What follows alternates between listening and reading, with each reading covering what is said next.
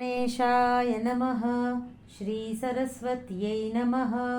श्रीपादवल्लभनरसिंहसरस्वती श्रीगुरुदत्तात्रेयाय नमः। दत्तात्रेयसमारम्भां नृसिंहादिकमध्यमां सच्चिदानन्दपर्यन्तां वन्दे गुरुपरम्परां। श्रीगणपतिसच्चिदानन्दसद्गुरुभ्यो नमः। శ్రీకృష్ణాయ పరమాత్మనే నమో నమః. జయ గురుదత్త. మనం నిన్న 35వ శ్లోకం వరకు చూసుకున్నాము. 3వ అధ్యాయంలో శ్రేయాన్ స్వధర్మో విగుణః. చక్కగా అనుష్ఠించబడినటువంటి పరధర్మము కంటే కొంచెము గుణము లేనిదైనా కానీ, కొంచెం దోషాలతో కూడి ఉన్నా కానీ స్వధర్మమే మేలు. స్వధర్మములో మరణము సంభవించినా కానీ కూడా అది మంచిదే. పరధర్మము పతనానికి దారితీస్తుంది అన్న ఆ శ్లోకాన్ని చూసుకుంటున్నాము. అందులో నిన్న ధర్మము గురించినటువంటి కొన్ని విషయాలు, అలాగే మహాభారతంలో చక్కగా ధర్మాన్ని గురించినటువంటి చర్చ వచ్చేటటువంటి ధర్మవ్యాధుడి కథ, కౌశిక ధర్మవ్యాధ కథని కూడా చూసుకున్నాము. ఇంకొక 2-3 విషయాలు చూసుకోవాలి ఇవాళ.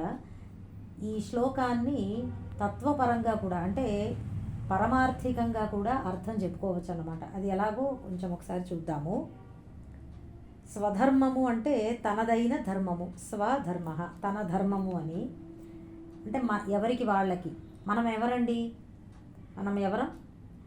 భగవద్గీతలోనే చెప్పారు కదా, ఎవరు? నువ్వు నేను ఈ రాజులందరూ మరణించరు, నత్వేవాహం జాతునాసం, మనం ఎప్పుడూ ఉంటూనే ఉన్నాము అని.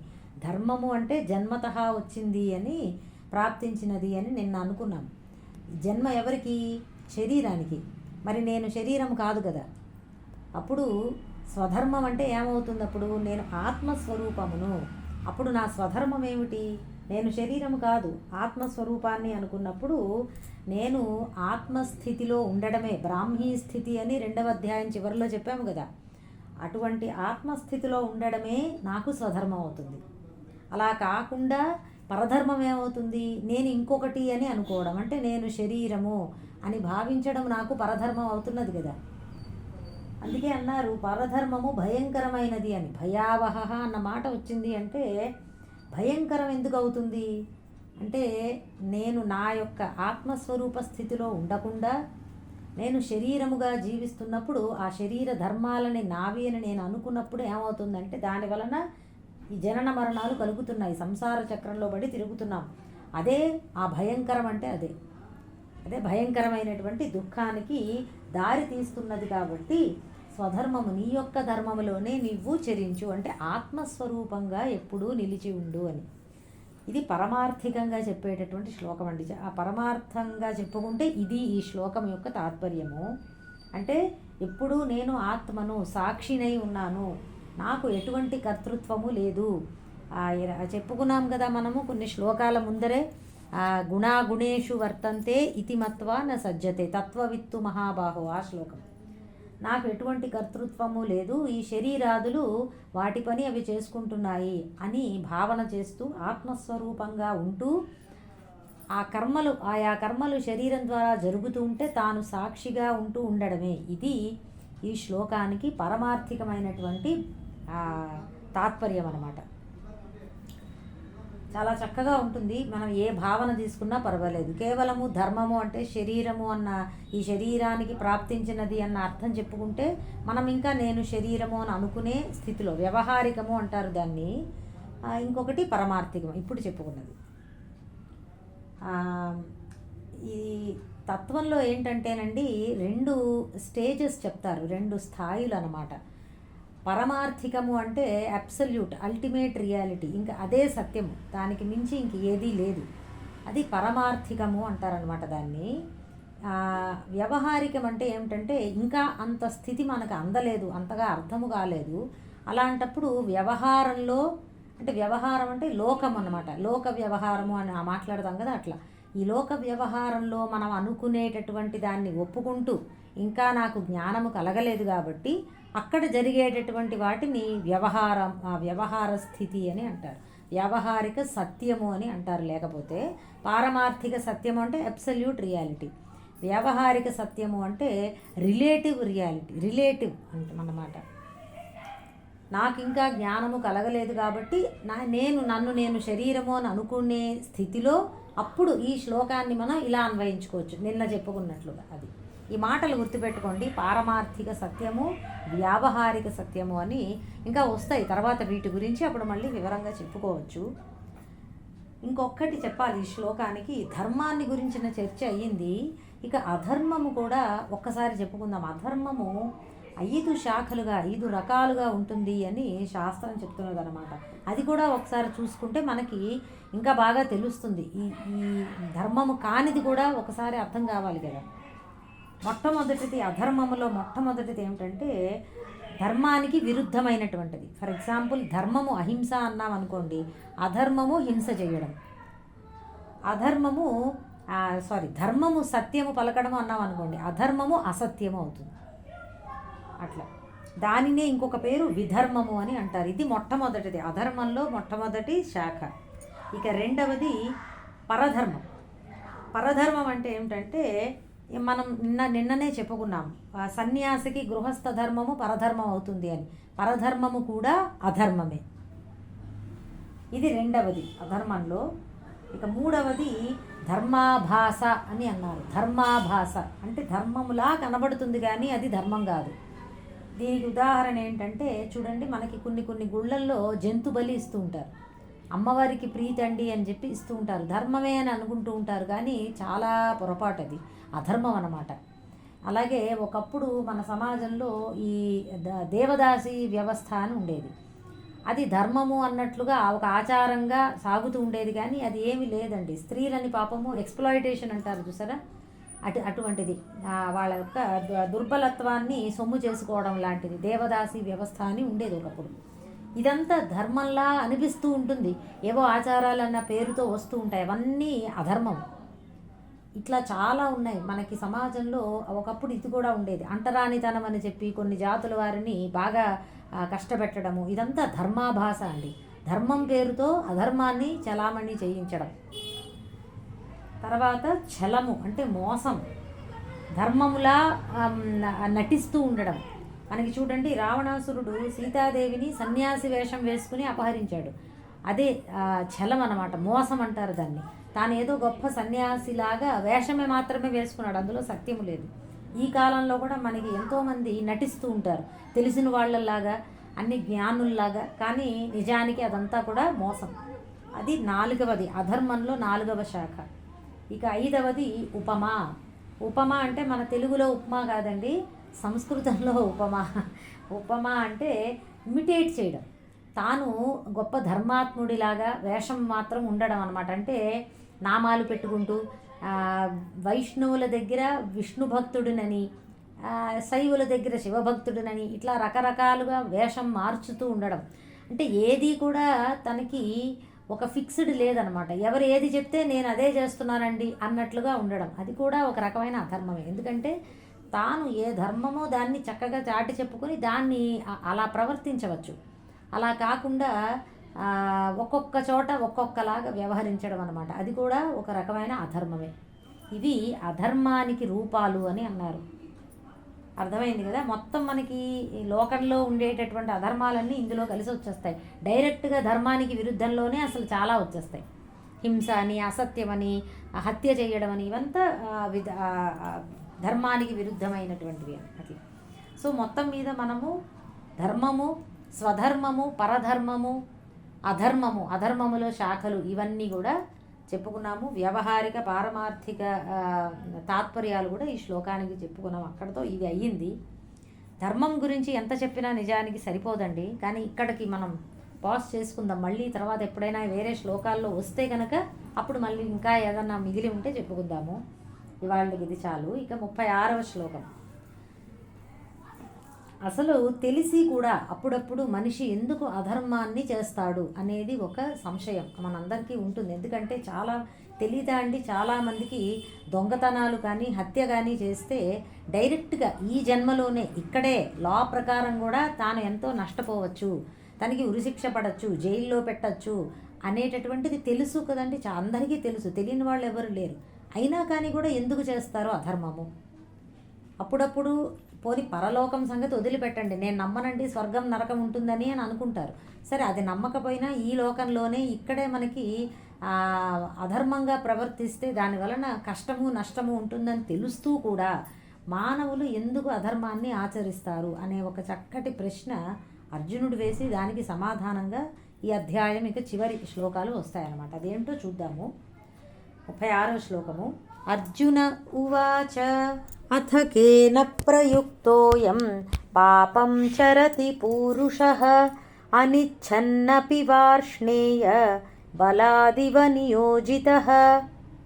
అథ కేన ప్రయుక్తః అయం పాపం చరతి పూరుషః అనిచ్ఛన్ అపి వార్ష్ణేయ బలాత్ ఇవ నియోజితః. వార్ష్ణేయ అంటే వృష్ణి వంశంలో జన్మించినటువంటి వాడు శ్రీకృష్ణుడు. ఆయనకి వార్ష్ణేయ అని కూడా పేరున్నదన్నమాట. అటువంటి శ్రీకృష్ణ అథ అయితే అయం పూరుష ఈ సాధకుడైనటువంటి మానవుడు కేన ఏ శక్తి చేత దేని చేత అని బై హూమ్ అని కేన అనేది కేనోపనిషత్తు ఆ పేరుతో వచ్చినటువంటి చక్కటి ఉపనిషత్తు ఉన్నదండి. అక్కడ కూడా దేని చేత అనేటటువంటి మాటతో ఆ ఉపనిషత్తు ప్రారంభం అవుతుంది. కాబట్టి ఆ ఉపనిషత్తుకు కేనోపనిషత్తు అని పేరు. ఇక్కడ కూడా కేన అన్నమాట వచ్చింది. దేని చేత ప్రయుక్త ప్రేరేపించబడిన వాడై అనిచ్ఛన్ అపి తనకి ఇష్టం లేకపోయినా బలాత్ అంటే బలాత్కారంగా ఎవరో తనని బలాత్కారంగా తోసినట్లుగా నియోజిత ఇవ నిర్బంధించబడినట్లుగా పాపం చరతి పాపమును చేస్తున్నాడు. తాత్పర్యము అయితే మానవుడు ఇష్టము లేకున్నా కూడా బలవంతంగా ఆకర్షించబడినట్లు దేని చేత ప్రేరేపితుడై పాపాన్ని చేస్తున్నాడు. ఇంత చక్కటి ప్రశ్న చూడండి ఇది. దానికి సమాధానం కృష్ణ పరమాత్మ ఏం చెప్తారో చూద్దాం. 37వ శ్లోకము. ఇది గుర్తుంటుంది కదా, ఇంకొకసారి తాత్పర్యం చెప్తాను. అయితే మానవుడు అనిచ్ఛన్ అంటే ఇష్టం లేకున్నా కూడా, ఇచ్ఛ అంటే ఇష్టం అండి, అనిచ్ఛ అంటే ఇష్టం లేకున్నా కూడా బలవంతంగా ఆకర్షించబడినట్లుగా దేని చేత బలాత్ ఇవ అంటే బలాత్కారంగా నిర్బంధించబడినట్లుగా దేని చేత ప్రేరేపితుడై ప్రయుక్త అంటే ప్రేరేపితుడై పాపాన్ని చేస్తున్నాడు. 37వ శ్లోకము. శ్రీ భగవానువాచ కామ ఏష క్రోధ ఏషః రజోగుణ సముద్భవః మహాశనో మహాపాప్మ విద్యేనమిహ వైరిణం. భగవానుడు ఈ విధంగా చెప్తున్నారు. ఈ శ్లోకంలో శ్రీ భగవానువాచ అన్న మాట దగ్గర ఇక్కడ భాష్యంలో ఆ భగవాన్ అన్న నామానికి మనం ప్రారంభంలో చెప్పుకున్నాం చూసారా, 6 గుణములు భగ అని, అది ఎవరికి కలదో వారు భగవాన్ అన్న మనం ఒకసారి ఆ భగవాన్ నామానికి అర్థం చెప్పుకున్నాం. ఐశ్వర్యస్య సమగ్రస్య ధర్మస్య యశస్శ్రియ వైరాగ్యస్యాథ మోక్షస్య షణ్ణాంభగ ఇతీరణాహ అని విష్ణు పురాణంలో వస్తుంది. ఇది ఆ భగవాన్ అని అందుకన్నారు కృష్ణ పరమాత్మని. ఇది మనం ప్రారంభంలో చెప్పుకున్నాము కదా, అది భాష్యంలో ఈ శ్లోకం దగ్గర మళ్ళీ ఇంకొకసారి శంకరాచార్యుల వారు గుర్తు చేస్తారనమాట. ఏషః అంటే ఈ శక్తి, కామః కోరిక, కామము అంటే డిజైర్ అండి ఇంగ్లీష్లో, గుర్తుపెట్టుకోండి కోరిక అని. లస్ట్ వేరండి, లస్ట్ వేరు డిజైర్ వేరు. కోరిక అంటే దేని పట్లైనా అది నాకు కావాలి అని అనిపించడం, ఒక వస్తువో ఏదో ఒకటి. ఆ లస్ట్ అనేటప్పటికీ అది స్త్రీ పురుషుల మధ్య ఉండేటటువంటి ఆకర్షణ, అది వేరు. ఇక్కడ మనకి తత్వంలో ఎక్కడ కామము అని వచ్చినా కోరికలు అని అన్నమాట, డిజైర్స్. ఏషః ఇదే క్రోధః కోపంగా పరిణామం చెందుతుంది. రజోగుణ సముద్భవ ఇవి రజోగుణం నుంచి పుట్టినవి. మహాశనః అంటే తృప్తి లేనిది, ఎంత తిన్నా ఇంకా కావాలి అని అనిపిస్తుంది, అది మహాశనః. మహాపాప్మ పరమ పాపిష్టమైనటువంటిది.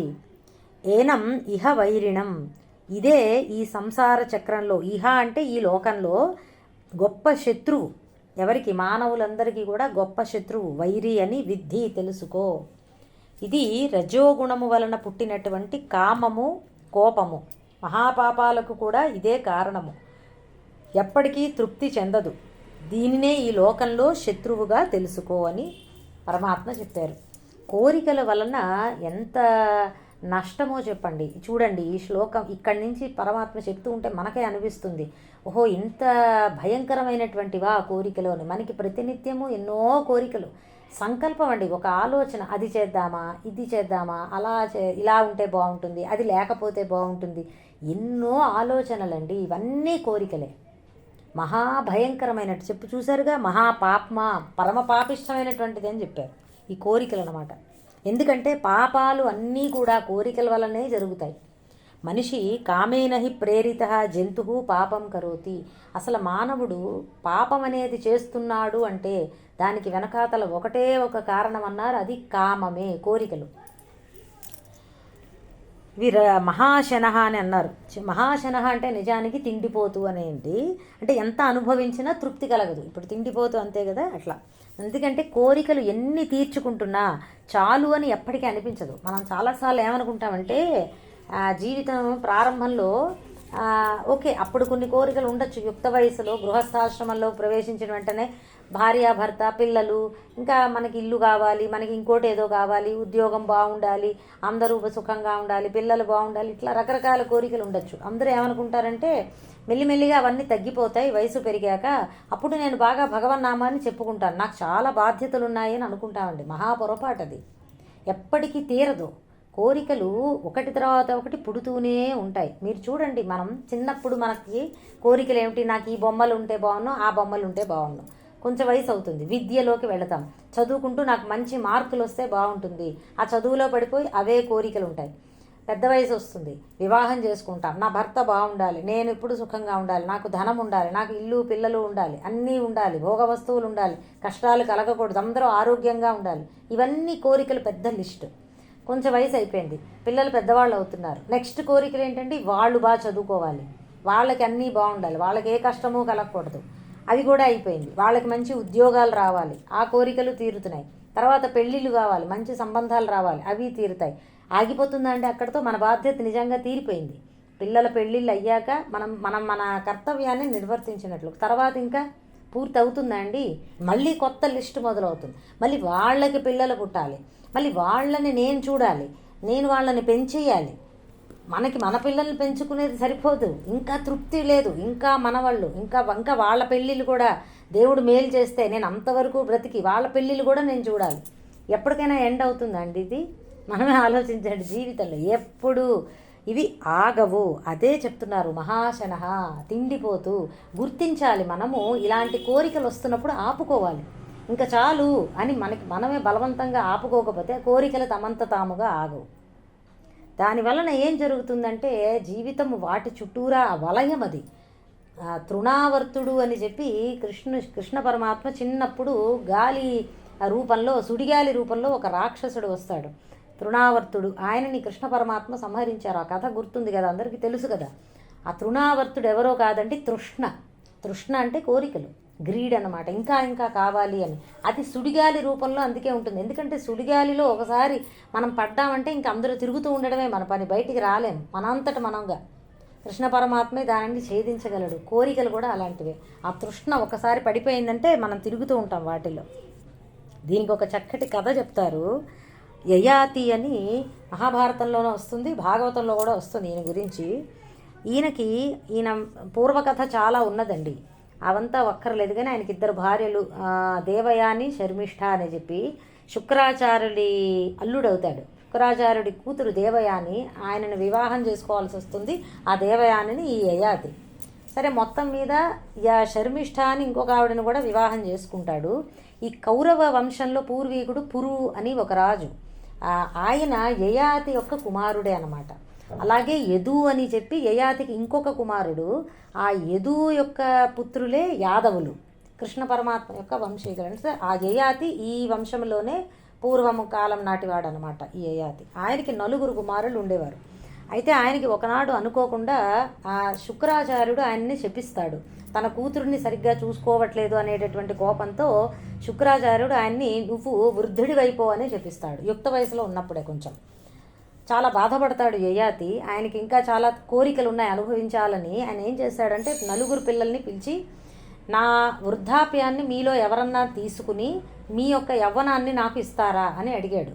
అప్పటికి పిల్లలు యుక్త వయసులో ఉన్నారండి. ఈయన మరి ముసలి అయిపోయాడు, వృద్ధుడయ్యాడు.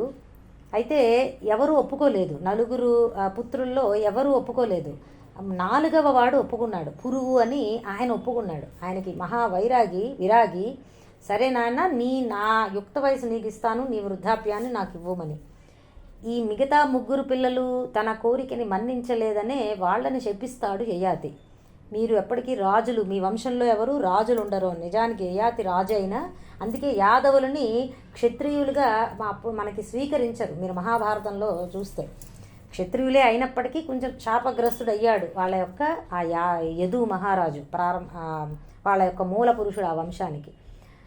మొత్తం మీద ఈ పురుగు అనేటటువంటి ఆయన ఈ యయాతి యొక్క వృద్ధాప్యాన్ని తాను తీసుకుని ఈ పురుగు తన యుక్త వయస్సుని యయాతికి ఇస్తాడు.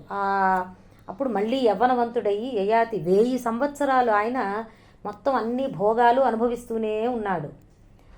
అనుభవించి ఆయనకి అప్పటికి అర్థమైంది ఏంటంటే చాలా చాలా ముఖ్యమైనటువంటి ఘట్టం అన్నమాట.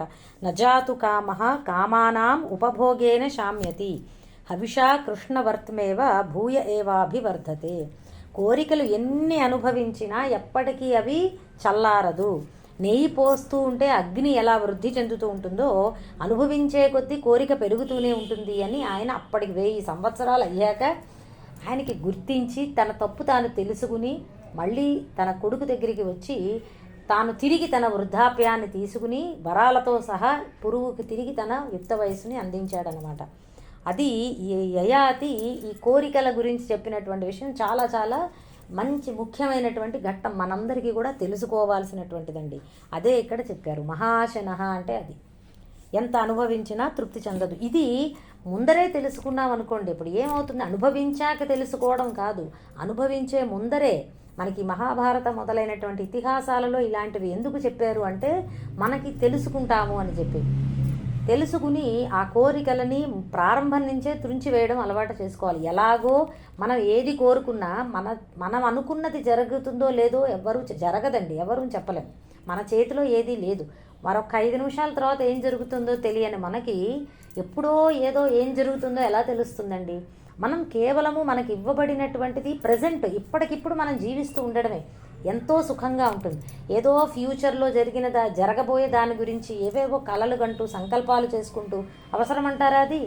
ఇప్పుడు మనం ఎలా ఉన్నాము చాలు కదా, ఇంకెందుకు వేరే దాని గురించి ఆలోచన? ఎలాగో ఏది జరగాలో అదే జరుగుతుంది, మనం అనుకున్నవన్నీ జరగవండి. ప్రారబ్ధము చాలా బలీయమైనటువంటిది, నడిపిస్తూ ఉంటుంది. మనము ప్రారబ్ధాన్ని మార్చే ప్రయత్నం చేయకూడదు, మన సాధన మనం చేసుకునే ప్రయత్నం చేయాలి ఎప్పుడు కూడా. ప్రారబ్ధాన్ని ఎవరు మార్చలేరు కదా. మనం చెప్పుకున్నాం 5 విషయాలు ప్రారబ్ధం నిర్ణయిస్తుంది అని. అందులో ధనం ఒకటి, అలాగే విద్య ఒకటి, కర్మ ఒకటి, ఇవన్నీ ఉన్నాయి. ఇవన్నీ దృష్టిలో పెట్టుకుని మనం ఏమిటంటే కోరికలు తగ్గించుకునే ప్రయత్నం చేయాలండి. ఇది మనమే చేసుకోవాలి. ఎవరో వచ్చి మనకి ఏదో చేసేస్తే మన కోరికలు వాటంతట అవి వెళ్ళిపోతాయి, హుష్కాకి అయినటువంటి ఏం అవ్వదలాగా. మనకి మనమే అవి తగ్గించుకునే ప్రయత్నం చేసుకోవాలి. కాబట్టి ఇది ముందర అసలు అవి ఏమిటో అనేటటువంటిది కోరిక మన యొక్క ప్రబలమైనటువంటి శత్రువు అని పరమాత్మ చెప్పారు. ఇక అవి ఎలా పనిచేస్తుందో చెప్తున్నారు. ఆ కోరిక వల్ల కలిగేటటువంటి నష్టం ఏమిటి? కోరికే మన యొక్క శత్రువు అని అన్నారు. ఆ శత్రువు ఎలా పనిచేస్తుందో మనకి చక్కటి ఉపమానాల ద్వారా తర్వాత శ్లోకంలో చెప్పబోతున్నారు. 38వ శ్లోకము. ధూమేనావ్రియతే వన్హిః యథాదర్శో మలేన చ యథోల్బేనావృతో గర్భః తథా తేనేదమావృతం. ఈ శ్లోకంలో సంధి ఎక్కువ, సంధులు. ధూమేన ఆవ్రియతే వన్హిః యథా ఆదర్శః మలేన చ. ఆదర్శ అంటే అర్థం అండి. యథా ఉల్బేన ఆవృతః గర్భః తథా తేన ఇదం ఆవృతం. యథా ఏ విధంగా అయితే వన్హిః అగ్ని ధూమేన పొగచేత ఆవ్రియతే కప్పబడుతున్నదో చ మరియు ఆదర్శః అద్దము మలేన దుమ్ము చేత యథా ఏ విధంగా ఆవ్రియతే కప్పబడుతున్నదో గర్భః గర్భంలో ఉండేటటువంటి శిశువు యథా ఏ విధంగా ఉల్బేన అంటే మావి చేత ఆవృతః కప్పబడుతున్నదో తథా అదే విధంగా తేన ఈ కామము చేత ఇదం ఈ వివేక జ్ఞానము ఆవృతం కప్పబడి ఉన్నది. 3 ఉపమానాలు చెప్పారు. పొగచేత అగ్ని తాత్పర్యము, పొగచేత అగ్ని ఏ విధంగా కప్పబడుతుందో, అద్దము మలినము చేత, గర్భస్థ శిశువు మావి చేత ఏ విధంగా కప్పబడుతుందో అలాగే కామము చేత జ్ఞానము కప్పబడుతున్నది.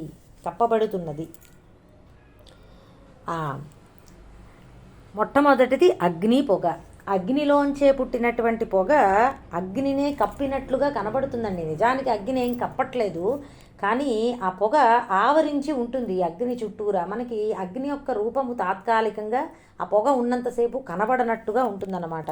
అగ్ని యొక్క శక్తి ఏమీ తగ్గిపోదు అంత మాత్రం చేత, దాని ప్రకాశము దాహక శక్తి. కానీ ఆ పొగ ఆవరించినప్పుడు కొంచెము అగ్ని మనకి కనబడదు తాత్కాలికంగా. అలాగే మానవుడి యొక్క వివేకాన్ని అంటే విచక్షణ జ్ఞానాన్ని ఈ కోరిక అనేటటువంటిది కప్పివేస్తుందన్నమాట. అంటే మంచి చెడు, ఇది కోరవచ్చా, ఇది తగినదేనా, ఇది అవసరమైనదేనా, ఇట్లాంటి విచక్షణ శక్తి మనం కోల్పోతామన్నమాట. అలాగా ఈ కామము వివేకాన్ని అలా మరుగున పడేలాగా చేస్తుంది. ఇక రెండవది అద్దము దుమ్ము. రెండవ ఉపమానం చెప్పారు.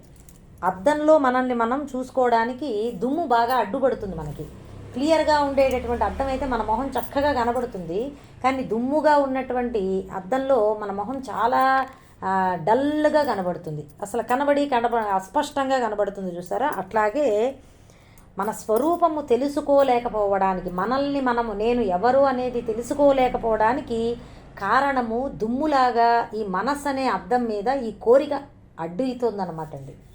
అందువలన మనకి కనిపించట్లేదు. నిజానికి ఈ అగ్ని అయినా ఈ అద్దమైనా వాటిపాటికి అవి శుద్ధంగానే ఉన్నా ఈ మాలిన్యాలు వేరొకటి దాని మీద తగులుకోవడం వలన అవి తాత్కాలికంగా కప్పబడుతున్నాయి. అట్లా అక్కడ అగ్నికేమో పొగ, ఇక్కడ అద్దానికేమో మాలిన్యము. ఇవే రజస్తమో గుణాలు అని కూడా అనుకోవచ్చు. తర్వాత శిశువు మావి దట్టంగా ఆవరించింది. ఇప్పుడు మిగతా 2 ఉపమానాలు శుభ్రం చేస్తే పోతాయండి. మావి అలా కాదు. గర్భస్థ శిశువుకి ఆ సమయము గడవాలి. 9 నెలలు అయినప్పుడు మాత్రమే మావిలోంచి శిశువు బయటికి వస్తాడు. సమయం పడుతుందన్నమాట. కాలంలో తొలగవలసిందే కానీ దట్టంగా ఆవరించిందనమాట. ఇది బాగా తమోగుణ భరితమైనటువంటి లక్షణం అన్నమాట. బాగా తమోగుణం ఆవరించిన వాళ్ళల్లో ఈ కోరిక అనేటటువంటిది వివేకాన్ని పూర్తిగా కప్పేస్తుంది. ఇక బయటకి కనబడడము అసలు మాటే లేదు. అందులోంచి బయట పడడం కూడా చాలా కష్టం, సమయం పట్టుతుందన్నమాట. ఫిక్స్డ్, మనం ఎంత ప్రయత్నించినా అంతకు ముందర అది సాధ్యపడదు. అది 3వ ఉపమానం చెప్పారు. 3 స్థాయిలలో వివేకాన్ని ఎలా కప్పుతుందో చెప్పారనమాట. మొట్టమొదటిది అగ్నిజ్వాలని పొగ కప్పడం అంటే పొగని ఊదితే పోతుందండి. చాలా సునాయాసంగా ఆ పొగ పోతుంది. సత్వగుణము గల వారికి కామము ఇలా ఉంటుంది, చాలా తేలికగా అది తొలగిపోవచ్చు. ఎందుకంటే వాళ్ళకి సత్వగుణం ప్రధానంగా ఉన్నది. గురువు ఉపదేశాలు విన్న వెంటనే వారికి ఆ కామం అనేటటువంటిది తొలగిపోతుంది. వాళ్ళ యొక్క జ్ఞానము ప్రకాశిస్తుంది సహజంగా అగ్ని జ్వాలలాగా. ఇక 2వ ఉపమానము దుమ్ము అద్దము చెప్పాము కదా, అది రజోగుణం ఎక్కువగా ఉన్నటువంటి వాళ్ళకి అలా ఉంటుంది. అంటే పర్వాలేదు కానీ శుభ్రం చేయాలి, కొంచెం శుభ్రం అవసరం అవుతుంది. అద్దమో దుమ్మో నీళ్ళో ఏదో వేసి గుడ్డబెట్టి బాగా తుడవాలి కదా. అంటే కేవలము ఉపదేశం సరిపోదు, బాగా దాన్ని మననం చేసుకుంటూ ఉండాలన్నమాట. సాధన బాగా కొంచెం ఎక్కువ చేయాలి. అప్పుడే రజోగుణము ఎక్కువగా ఉన్నటువంటి వాళ్ళకి కోరికలు తగ్గుతాయి. ఇక తమో గుణానికి చాలా వెయిట్ చేయాలి. ఈలోపు పెద్దగా ఏమీ ఎవరు చేయలేరు. ఎన్ని ఉపదేశాలు వింటున్నా ఏం చేస్తున్నా కోరికలు అనేటటువంటివి తగ్గవన్నమాట. ఆ సమయం వచ్చినప్పుడే. అంటే సమయం ఎప్పుడు వస్తుందండి అంటే ఇదిగో ఇట్లా ఏదో ఒకటి సాధన అయితే చేస్తూ ఉండాలండి. నిష్కామ కర్మయోగము ఏదో ఒకటి అట్లా చేస్తూ ఉంటేనే ఆ సమయం వచ్చినప్పుడు అది తొలగిపోతుంది. ఏదేమైనా కానీ ఈ 3 కూడా తొలగడానికి సాధ్యమే. ఎందుకంటే సమయము మించాక గర్భంలో శిశువు కూడా ఉండడు కదా, బయటికి వచ్చి తీరుతాడు. కాబట్టి ఏదైనా కానీ కూడా తొలగడానికి సాధ్యమే. అంటే కోరికలని మనం వదిలించుకోవడం మనకి సాధ్యమే. ఈ కోరికలు ఏం చేస్తున్నాయి, వాటిని ఎలా వదిలించుకోవచ్చు అంటే సులభమైన కష్టమా అనేది మనకి ఈ ఉపమానాల ద్వారా చూపించారనమాట. మనం కూడా మనకి మనం చూసుకోవాలి. మనకి గురు ఉపదేశాలు వింటున్నప్పుడు తెలుస్తోందా లేదా, మనం కోరికలు తగ్గుతున్నాయా లేదా మనమే అనుకోవాలండి. ఆ కోరిక వచ్చినప్పుడు ఎందుకు నాకు ఇప్పుడు ఈ కోరిక కలగకపోతే ఇదేమన్నా కంపల్సరీనా, ఏమీ కాదు కదా, జరగాల్సింది ఎలాగో జరుగుతుంది, అప్పుడు చూద్దాం అన్నట్టుగా మనం వదిలేస్తూ ఉండాలండి. పట్టుకున్నామంటే అదిగో మన వివేకాన్ని కప్పిపుడుతుంది. దానివలన ఏంటి నష్టం అంటే మనము సంసారంలో పడి కొట్టుకోవాల్సి వస్తోంది. మనకి మన స్వరూపం తెలియకుండా ఉన్నది. ఎవరికైనా తాను ఎవరో తాను తెలుసుకోవడం ముఖ్యం కదండి. మిగతా అన్ని విషయాలు పక్కన పెట్టి నేను ఆత్మస్వరూపము అని శాస్త్రాలు చెప్తున్నాయి, నాకేమో తెలియట్లేదు, నేను అలా అనుకోవట్లేదు. మరి అది ఏమిటో ముందర తేల్చుకోవాలి కదా, అది అతి ముఖ్యమైనటువంటిది. ముందర నన్ను నేను తెలుసుకుని కదా మిగతా విషయాలన్నీ తేల్చుకునేది. కాబట్టి ఇది ఈ ముఖ్యము. జ్ఞానం మనల్ని మనం తెలుసుకోవడం అతి ముఖ్యమైనటువంటిది. అది అటువంటి దాన్ని తెలియకుండా ఈ కోరిక కప్పుతున్నది. కాబట్టి మనం తప్పకుండా ఈ కోరికలని తగ్గించుకునే ప్రయత్నం చేసి తీరాలి. ముఖ్యమైనటువంటిది అదే సాధన. ఎటువంటి కోరికైనా ఇంకొకటి ఏమంటే పోనీ చెడ్డ కోరికలు కోరుకోవట్లేదు, వాళ్ళెవరో చెడిపోవాలి, వీళ్ళకేదో కలగాలి, మనం ఇలాంటివి కోరుకోవట్లేదు.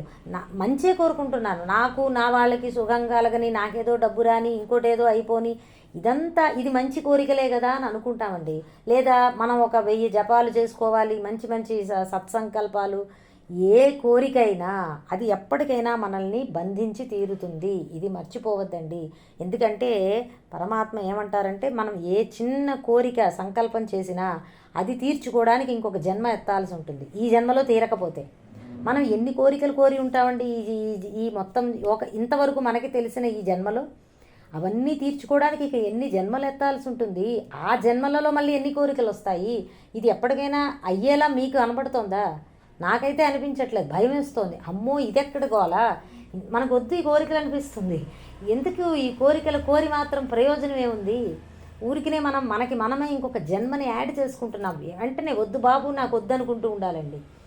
ఏది చిన్నది మనం చేస్తున్నా మనకి దాని వలన ఏదన్నా కోరిక కలుగుతోంది అంటే ఇలా అయితే బాగుంటుంది అని వెంటనే వద్దు వద్దు, అలా నాకు ఎలా అయినా పర్వాలేదు, నాకు ఏ కోరిక వద్దు అని మనకి మనమే అనుకుంటూ ఉండాలి. భయపడాలండి, జన్మలకి భయపడాలి. ఈ జన్మ బాగుంది, చూసాం, ఈ జన్మ అయిపోతోంది జీవితం, తర్వాత జన్మలు ఇలాగే వస్తాయని ఎలా అండి? మనం ఎక్కడ పుడతామో ఎలా పుడతామో ఆ జన్మలో మనకి ఏదైనా ఒక భగవన్ నామం చెప్పుకునే అవకాశం దొరుకుతుందో లేదో, పశువుగా పుడతామో పక్షులుగా పుడతామో ఎలా పుడతామో, ఎటువంటి పరిస్థితుల్లో పుడతామో, ఏ ప్రదేశంలో పుడతామో తెలియదు కదా. కాబట్టి ఈ జన్మలోనే ఎంత వీలైతే అంత మనం ఏదో సాధన చేసుకోవాలి అనే తపన ఉండాలి.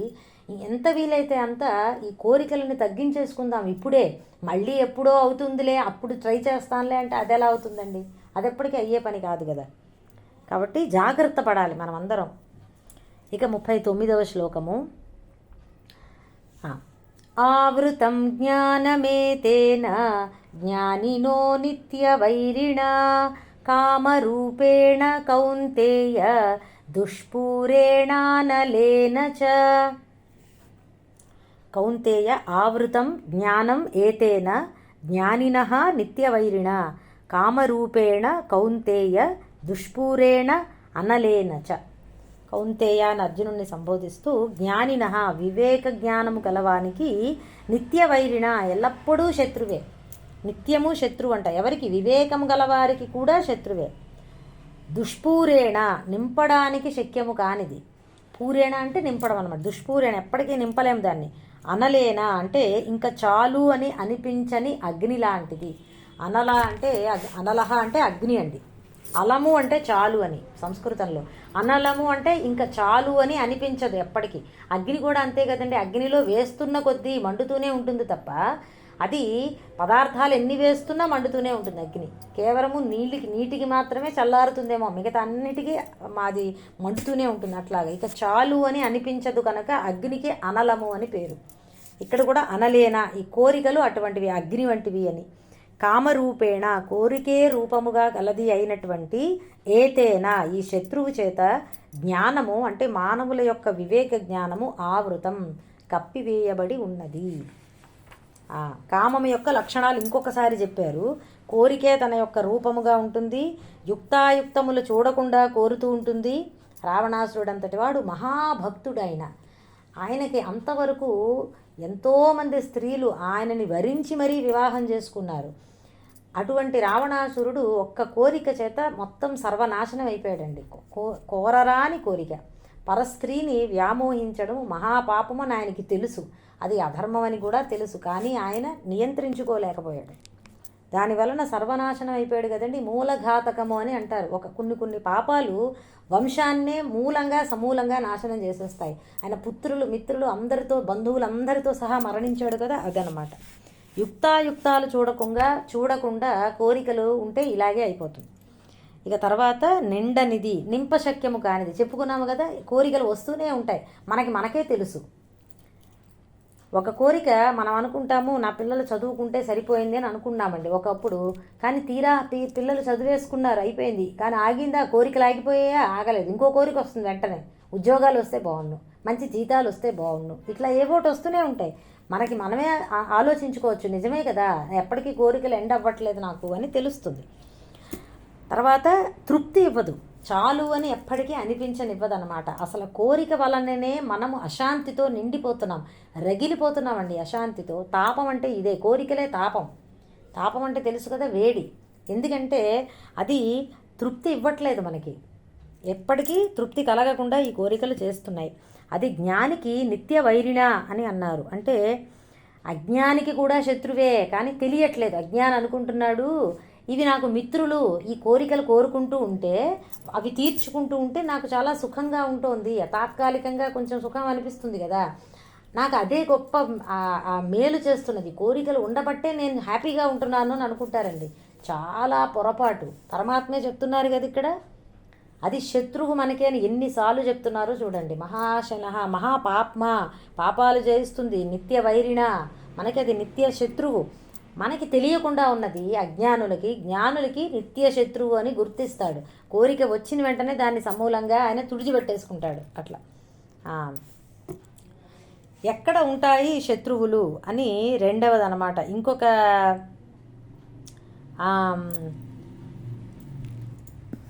తర్వాత శ్లోకంలో చెప్తున్నారు, 40వ శ్లోకంలో, ఈ శత్రువు ఎక్కడ ఉంటుంది, కోరికలు అనేటటువంటివి ఎక్కడ నివాసం చేస్తాయి అన్నదానికి 40వ శ్లోకము. ఇంద్రియాణి మనోబుద్ధి అస్యాధిష్ఠానముచ్యతే ఏతైర్విమోహయత్యేషః జ్ఞానమావృత్య దేహినం.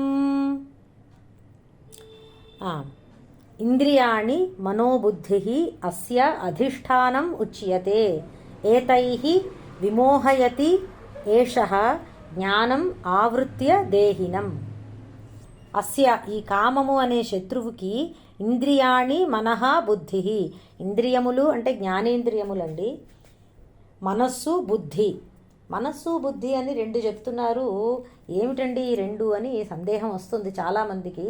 4 అండి నిజానికి. అంతఃకరణ చతుష్టయము అని అంటారు. అంతఃకరణము లోపల ఉండేటటువంటి సాధనములు, అవి 4. చతుష్టయం అంటే 4. మనస్సు, బుద్ధి, చిత్తము, అహంకారము అని చెప్పి 4 పేర్లు ఉన్నాయి శాస్త్రంలో. పెద్ద కష్టం కాదండి, ఏం లేదు. ఇది ఏమిటంటే ఆలోచనలే, అన్నీ కూడా ఆలోచనలే. ఎటువంటి ఆలోచనలు అనే దాన్ని బట్టి 4 కింద విభజించారు. మనలో వచ్చేటటువంటి సంకల్ప వికల్పాలు, అంటే ఏదైనా ఒకటి చేద్దామా మానుదామా, ఇట్లా డౌట్ఫుల్గా, సంశయాలుగా వచ్చేటటువంటి ఆలోచనలు అన్నీ కూడా మనస్సు అని అనబడతాయి. అసలు మీరు ఇంగ్లీష్లో గుర్తుపెట్టేసుకోండి, మైండ్ అంటే ఫ్లో ఆఫ్ థాట్స్. ఆలోచనలకే మనస్సు అని పేరు. ఇంక ఏదేదో కాదు, ఏదో దాంట్లో ఆలోచనలు వస్తాయి అట్లా కాదు. ఆలోచనలు అంటేనే మనస్సు అండి. Mind is a flow of thoughts. ఈ డెఫినేషన్ గుర్తుపెట్టుకోండి. స్వామి చిన్మయానంద వారు ఎప్పుడో నేను చిన్నప్పుడు చదివాను, ఆ మైండ్లో గుర్తుండిపోయింది అసలు అది. ఆ mind is a flow of thoughts అని చెప్పి కంటిన్యూస్గా నదిలో అలలు వచ్చినట్టుగా సముద్రంలో మనం ఆలోచనలు చేస్తూనే ఉంటాం చూసారా, అదే మనస్సు అంటే. ఆలోచనలు మనస్సు.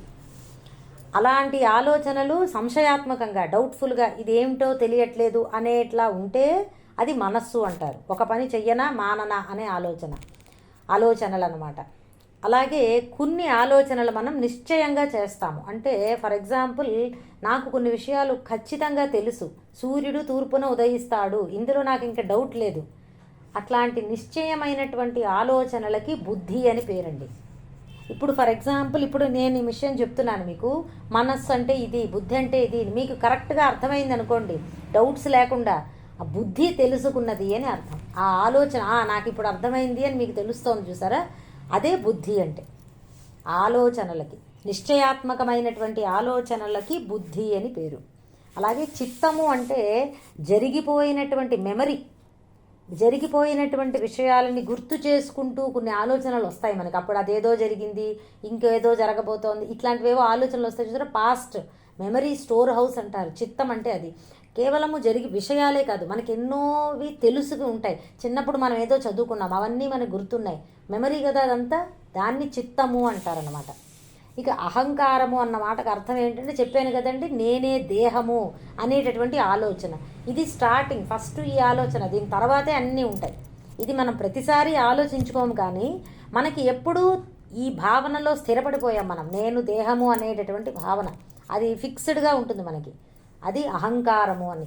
ఈ 4 ఉంటాయన్నమాట. ఇక్కడ మనస్సు, బుద్ధి, ఇంద్రియాలు అని చెప్పారు. ఇవి మర్చిపోవద్దండి, చాలా చోట్ల వస్తూ ఉంటుంది. నేను మళ్ళీ చెప్పను ఇంకా, ఎందుకంటే ఒకసారి ఎవరైనా మిస్ అయిన వాళ్ళు ఉంటే క్షమించాలి, నేనేం చేయలేను. కానీ ఇలాంటివి చిన్నవి ఇంకా గుర్తుపెట్టేసుకోవాలి. ప్రతిసారి చెప్తూ ఉంటే పాపం విన్న వాళ్ళకి బాగా విన్నదే విన్నట్టుగా ఉంటుంది, విన్నది. సో మొత్తం మీద ఈ కామం అనే శత్రువుకి ఇంద్రియాలు, మనస్సు, బుద్ధి అనేవి అధిష్టానము, ఆశ్రయాలు అని. అధిష్టానం అంటే ఆశ్రయం, వాటికి ప్లేస్ అన్నమాట, నివాస స్థానం అని ఉచ్యతే చెప్పబడుతున్నాయి. ఏషః ఈ శత్రువు, ఏతైహి ఈ స్థానాల ద్వారా జ్ఞానం వ్యక్తి యొక్క వివేకాన్ని ఆవృత్య కమ్మివేసి దేహినం విమోహయతి ఈ దేహధారి అయినటువంటి ఆత్మను విమోహయతి సమ్మోహంలో పడేస్తున్నది. తాత్పర్యము, ఈ కామమునకు ఇంద్రియాలు, మనస్సు, బుద్ధి ఆశ్రయము అని చెప్పబడింది. వీటి ద్వారా జ్ఞానమును కప్పి జీవునికి మోహాన్ని కలగజేస్తున్నది. ఇంద్రియాలు ఫస్ట్ ఎంట్రీ పాయింట్ అండి. ఇంద్రియాలని ద్వారాలు అని అనుకోవచ్చు. ఏదైనా ఒక అంతఃపురానికి మొట్టమొదట ప్రాకారం, ఏదో ప్రహరీ గోడ అంటారు చూసారా, పెద్ద డోర్ ఒకటి ఉంటుంది, అట్లాంటివి ఇంద్రియాలు అనమాట. 5 ఉన్నాయి, 5 పక్కల 5 ఉండేవి పూర్వకాలంలో. పెద్ద టెంపుల్స్కి వెళ్తే మనకి ఇప్పటికీ ఉన్నాయి, 4 చోట్ల 4 ఉంటాయి ద్వారాలు. ఇంద్రియాలు అలాంటివండి, 5 మన శరీరానికి జ్ఞానేంద్రియాలు అనమాట. ఇంద్రియాలు ఇవి మొట్టమొదటగా కోరిక అనేది కలగడానికి ఫస్ట్ ఎంట్రీ ఇంద్రియాలు. ఎందుకంటే రూపము కన్ను ఒక రూపాన్ని చూసింది అనుకోండి, అటువంటి గ్రహించినటువంటి విషయాల మీద ఇష్టాయిష్టాలు పెట్టుకుంటుంది. ఒకటి బాగుందని బాగులేదని నిర్ణయిస్తుంది అన్నమాట. ఇవే కోరికలు. రాగద్వేషాలకి మరొక రూపమే కోరికలు అన్నమాట.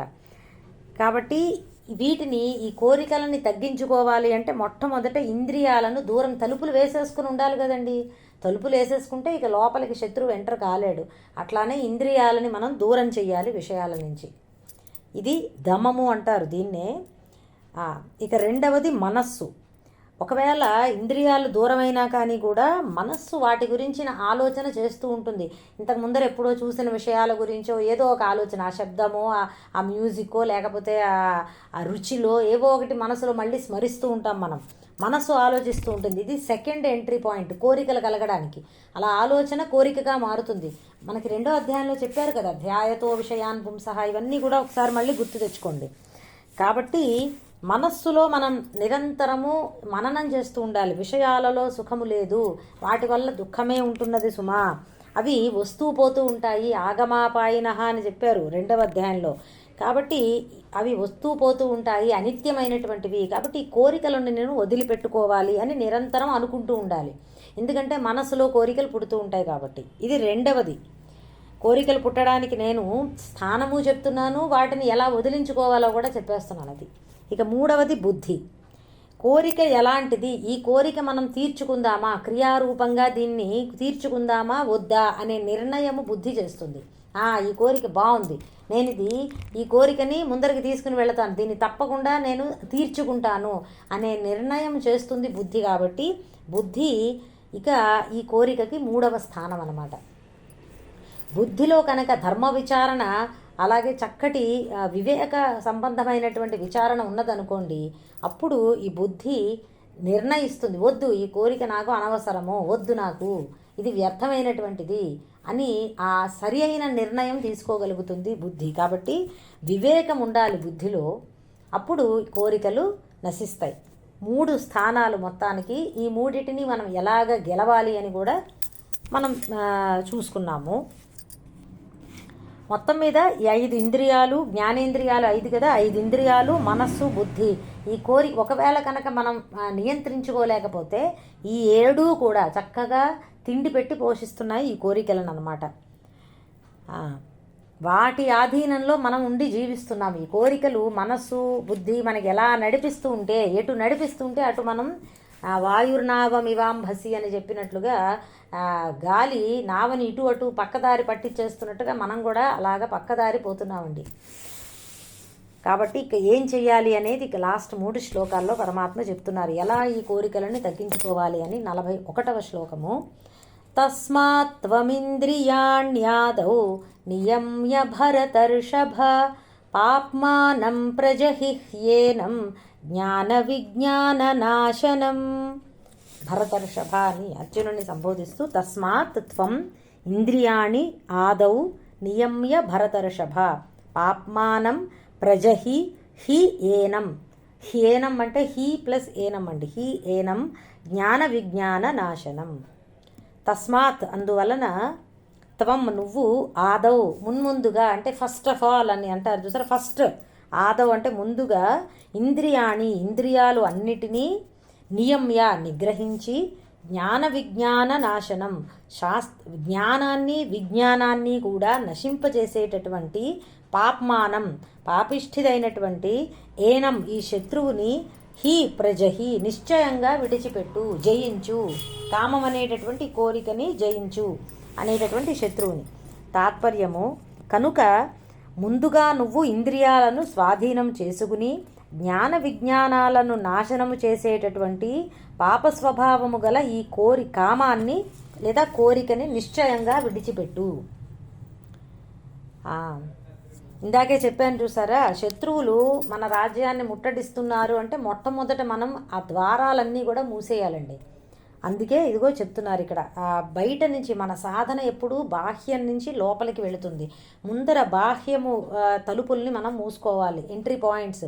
కాబట్టి ఇంద్రియాలను వశపరుచుకో అంటే ఏంటి, రాగద్వేషాల మీద మనం పట్టు సాధించాలి. ఇదే కొన్ని శ్లోకాల ముందర నిన్ననే చెప్పుకున్నాము కదా, తయోర్న వశమాగచ్చేతని ఇందాకే చెప్పారు మొన్న 2-3 శ్లోకాలు వెనక.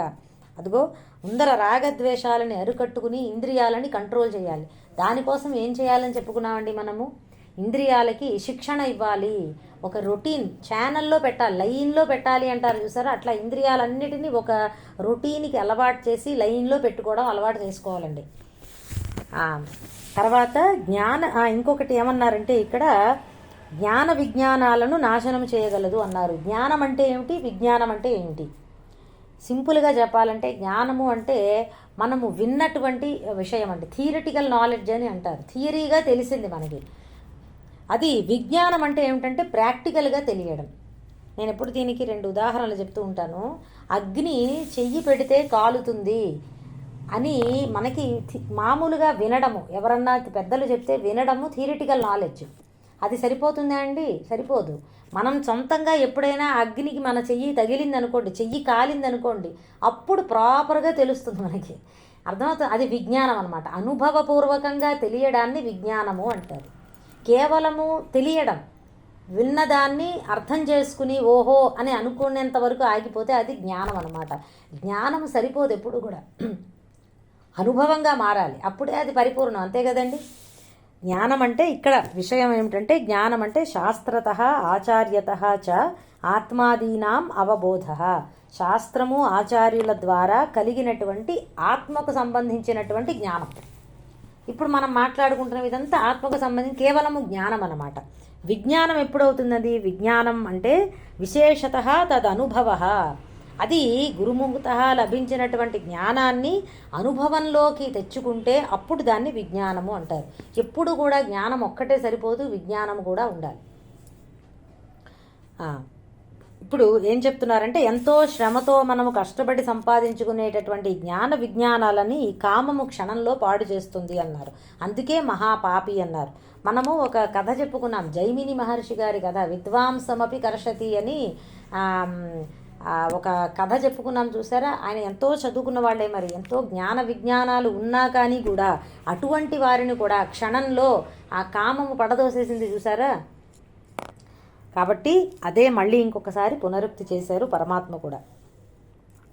ఎంతో నిగ్రహం కావాలండి. మనము స్థిరంగా మన యొక్క జ్ఞానాన్ని నిలబెట్టుకోవాలి అంటే ఎంతో నిగ్రహం ఉండాలి. అందుకే మనకి ఆ ఇంద్రియాలని నియంత్రించుకోవడానికే నియమాలు వచ్చాయి. దేశకాల వస్తు నియమాలు మన శాస్త్రంలో ఎన్నో చెప్పారు. అంటే ఒక సమయంలో భోజనం చేయాలి, ఒక సమయంలో పూజ చేసుకోవాలి, సంధ్య వేళల్లో పూజ చేయాలి, ఇలా నియమాలు వచ్చాయి చూసారా.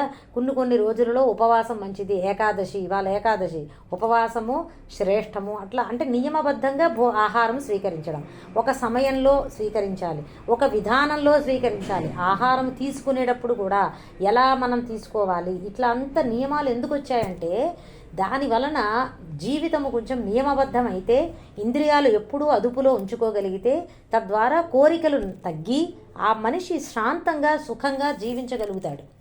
అట్లా కాకుండా తనకి ఇష్టం వచ్చినట్లు మనం జీవిస్తూ ఉంటే దాని వలన అశాంతి తనకే, వేరే ఒకళ్ళకి సరే పక్కన పెట్టండి, తనకే శాంతి ఉండదన్నమాట.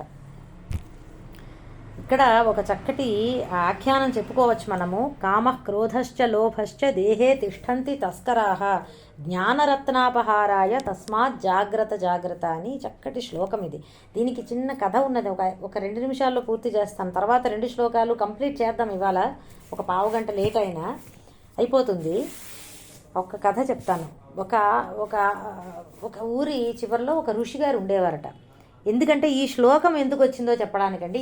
ఈ శ్లోకానికి సంబంధం లేదు. నేను ఇప్పుడు జ్ఞానరత్నాపహారాయ తస్మాత్ జాగ్రత్త అని చెప్పాను కదా, దాని వెనక ఉన్నటువంటి కథ చెప్తానంతే. ఆ ఋషి గారుట ప్రతిరోజు ఆయన తపస్సు చేసుకుంటూ ఉండేవారు. భిక్షాటనకి ఆ ఊరికి వస్తూ ఉండేవారు. ఆ అడవిలోంచి కొంచెం నడిస్తే ఆ ఊరు అనమాట. ఆ ఊరిలో గ్రామానికి వెళ్ళి భిక్షాటన చేసుకుని మళ్ళీ ఆయన తపస్సు చేసుకునేవారు. అయితే ఆ ఊరిలో ఒక చెప్పులు కుట్టుకునేటటువంటి వాళ్ళు ఉండేవారు కుటుంబం. అందులో ఆ కొడుకు కోడలికి పిల్లలు లేరనమాట. ఈ మామగారు చాలా ఆలోచించి ఆయన ఒక చక్కటి ప్లాన్ వేసుకున్నాడు అనమాట. ఆయన ఏం చేశాడంటే ఆ కొడుకు చేత చెప్పులు కుట్టించి ఆ కోడలికి కొడుకి చెప్పి మంచి చెప్పులు, ఈ ఋషి కాలు పట్టేంత సైజులో చెప్పులు కుట్టించి ఆ దారిలో పెట్టాడు ఒక చోట. ఎప్పుడు రోజు పెడుతూ ఉండేవారు. ఈ ఋషి గారు చూస్తూ ఉండేవారు, వెళ్ళిపోతూ ఉండేవారు. ఆయన ఎప్పుడు దాని మీద కాళ్ళు పెట్టలేదు. ఒకనాడు మిట్ట మధ్యాహ్నం చాలా ఎండగా ఉంది, తట్టుకోలేకపోతున్నారు. అది మండుట ఎండాకాలం అన్నమాట. ఈ దారిలో కావాలనే ఈ చెప్పులు కుట్టేవాడు ఆ చెప్పులు పెట్టాడు అక్కడ. చూశారు ఈయన. ఒకనాడు తట్టుకోలేక ఎండకి కాలుని 1-2 నిమిషాలు ఆ చెప్పుల మీద పెట్టాడు. మళ్ళీ వెంటనే వెళ్ళిపోయాడు. ఆయన కొంచెం సేపు అయ్యాక ఆయన వెళ్ళిపోయారు. వెంటనే ఆయనకే అర్థమైపోయింది, నేను రుణపడిపోయాను. వాళ్ళు కుట్టినటువంటి చెప్పులని ఒక్క క్షణము దాన్ని అనుభవించడం వలన వారికి రుణం ఉన్నాను అన్న సంగతి ఋషిగారికి అర్థమైంది. కొంతకాలానికి ఆయన మరణించాడు. కానీ ఆ రుణము తీర్చుకోవడానికి ఆయన ఆ చెప్పులు కుట్టే ఆ కోడలికి కొడుకుగా పుట్టాడు. మళ్ళీ ఆ ఇంట్లో మళ్ళీ పిల్లవాడిలాగా పుట్టాడు. ఆయనకి పుడుతూనే తెలుసు ఆయనకి ఇది ఏం జరిగింది పూర్వజన్మలో అనేది. ఎందుకంటే ఆయన మహాజ్ఞాని. రుణపడిపోయి ఉండడం వలన ఆయన మళ్ళీ పుట్టవలసి వచ్చింది. ఇది ఈ కథ అండి. అమ్మో, మనం ఏదైనా ఒకళ్ళ దగ్గర నుంచి తీసుకున్నామంటే చూడండి రుణము ఎంతగా, దానికోసం మళ్ళీ జన్మ ఎత్తవలసి వస్తుంది చూసారా. చాలా జాగ్రత్తగా ఉండాలి. ఫ్రీగా ఎప్పుడు ఏది ఎవరి దగ్గర నుంచి తీసుకోకూడదండి. అయితే ఆయన పుడుతూనే తెలుసు. ఈ మామగారు కూడా కొడుక్కి కోడలికి జాగ్రత్త చెప్పాడు. ఏమనంటే ఎప్పుడు కూడా ఈ పిల్లవాడి దగ్గర నుంచి మీరు ఏదీ తీసుకోవద్దు, మీరే ఇస్తూ ఉండండి పిల్లాడికి, మీరు మాత్రం ఆ పిల్లవాడి చేతిలోంచి ఏదీ తీసుకోవద్దు. ఎందుకంటే ఆయన రుణం తీరిపోతుంది అక్కడతో. పిల్లలు ఎప్పుడు కూడా రుణానుబంధ రూపంగా పుడతారు అనేది ఒక శాస్త్రం అన్నమాట. ఈయనకి చాలా తక్కువ రుణంతో పుట్టాడు ఆ పిల్లాడు వీళ్ళ ఇంట్లో. కేవలం ఒక 5 నిమిషాలు చెప్పుల మీద కాళ్ళు పెట్టినందుకే. కాబట్టి అత్యంత సులభంగా రుణం తీర్చేసుకుని ఆయన మళ్ళీ మరణిస్తాడు. కాబట్టి మీరు జాగ్రత్తగా ఉండండి, జీవితంలో ఎప్పుడు ఆ పిల్లాడి దగ్గర నుంచి తీసుకోవద్దు అని. అయితే అలాగే అన్నారు. ఆ ముసలాయన పాపం పోయాడు. కొంతకాలానికి తండ్రి వాళ్ళు ఈ కొడుకు ఒక ఉద్యోగం చేస్తూ ఉండేవాడు. ఆ ఊర్లో ప్రహరా తిరుగుతూ ఉండేవాడు రాత్రిపూట. అప్పట్లో రాజుగారిది ఒక డప్పు మోగించుకుంటూ దొంగల్ని తరిమి కొట్టడానికి కాపలాదారుగా ఉండేవాడు అనమాట కొడుకు. అయితే ఆ ఒక ఊరు వెళ్ళాల్సి వచ్చింది ఆ కొడుకు. ఈ ఈ పిల్లవాడిని తన బదులు ఉద్యోగానికి పంపించాడు ఆయన. అయితే ఈ పిల్లవాడు వెళ్ళాడు. ఆ రోజు వెళ్ళినప్పుడు ఆయన ఆ రాత్రి ప్రహరా చేస్తూ చేస్తూ ఒక్కొక్క జాముకి ఒక్కొక్క శ్లోకం చెప్తూ ఉన్నాడు. అందులో ఒక శ్లోకం ఇదండి: కామ క్రోధశ్చ లోభశ్చ దేహే తిష్టంతి తస్కరాహ. కామము క్రోధము ఇవే మన దేహంలో ఉన్నాయట దొంగలు. అవి జ్ఞాన రత్నాపహారాయ, జ్ఞానం అనేటటువంటి రత్నాన్ని హరించి వేస్తున్నాయి దొంగలవి. దొంగలు దొంగిలిస్తున్నారు కదా. కాబట్టి ఈ కామము క్రోధము అనేటటువంటివే మనలో ఉన్నటువంటి దొంగలే. అవి మన యొక్క వివేకాన్ని దొంగిలిస్తున్నాయి. కాబట్టి తస్మాత్ జాగ్రత్త జాగ్రత్త. ఇట్లా శ్లోకాలు చెప్తూ ఉన్నాడు ఆయన. ఆశయా బధ్యతే జంతు కర్మణా బహుచింతయ ఆయుక్షీణం న జానాతి తస్మాత్ జాగ్రత్త జాగ్రత్త. ఆశ వల్ల మానవుడు బద్ధుడైపోయి దాని గురించే ఎన్నో ఆలోచనలు పెట్టుకుంటూ కర్మలలో చుట్టుకుంటూ తిరుగుతున్నాడు. తెలియట్లేదు, క్షీణించిపోతోంది. ఇంకా తను మరణించవచ్చు, ఎప్పుడు మరణిస్తాడో తెలియదు, తన ఆయుస్సు క్షీణించిపోతోంది అని తెలుసుకోకుండా ఉన్నాడు. కాబట్టి జాగ్రత్త అని చెప్పి ఆ రోజు రాత్రంతా ప్రతి జాముకి ఆయన ఇటువంటి మంచి మంచి తత్వపరమైనటువంటి విషయాలు చెప్పుతూ ఉన్నాడంట.